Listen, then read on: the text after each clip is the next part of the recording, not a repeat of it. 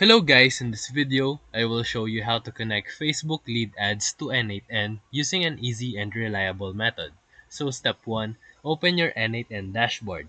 If you have not installed n8n yet, you can set it up via the desktop and it is self-hosted version or cloud instance. Step 2, create a workflow and then click the plus button and add a new node.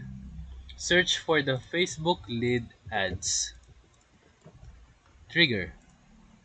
Then, you will need to authenticate your Facebook account and make sure that the page is running the lead ad is linked to your Meta account.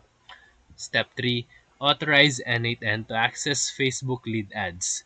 You will be prompted to select the Facebook page and form that you want to monitor.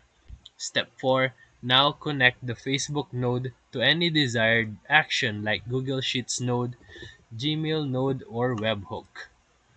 And this defines what happens after someone submits your lead form. Step 5. Save the workflow and activate it.